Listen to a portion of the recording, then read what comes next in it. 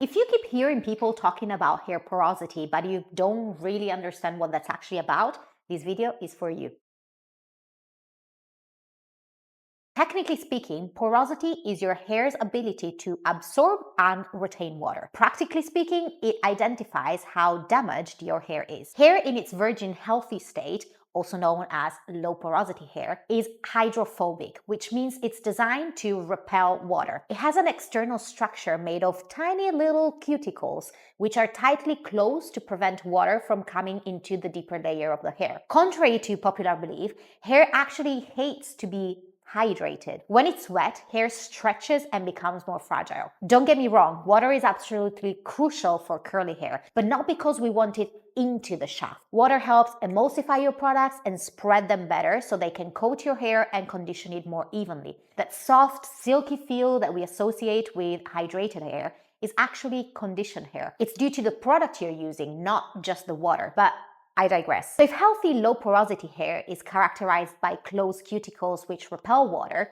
high porosity hair is the exact opposite. Its cuticles are wide open, so it immediately absorbs water, but also loses its internal moisture just as quickly. It will also feel a lot more rough to the touch because of all the raised cuticles. Porosity is not black or white, it's a spectrum. The higher the level of damage your hair has, the higher its porosity. Bleach, high heat tools, and chemical treatments are the most damaging, so they will likely raise your porosity dramatically, whereas something like a natural hair color or an occasional blowout might not be as impactful and only leave you in a medium porosity state. You can also get an idea of your level of porosity by observing your hair under the shower. If it gets wet very quickly and then dries very quickly, there's a high chance that it's high porosity. If it takes a long time for it to get wet and a long time for it to dry, then it's more likely that it's a lower porosity. Keep in mind though that your hair products, whatever you use for styling, have an impact on this. So if you use a lot of product, it's obviously gonna take you longer to air dry. Think about what your hair does when it has no product on it.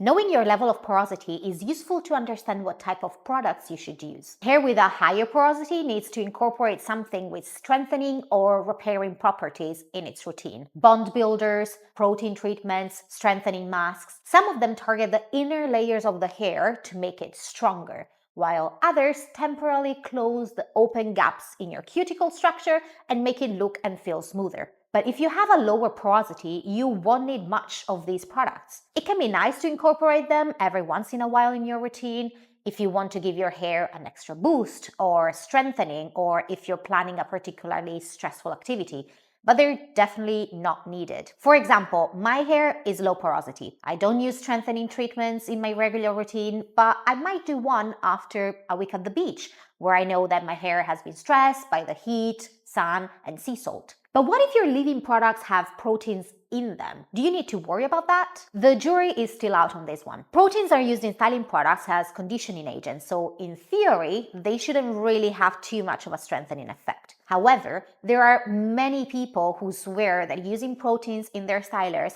helps them hold the curl better and give it structure. So I would recommend to experiment and find a formula that works for you, but I wouldn't go out of my way to look for something that has protein or that doesn't have proteins when you're just at the beginning. As you can see, porosity is not as complicated as the internet made you think. Realistically, unless your hair is damaged, you don't really need to worry about it.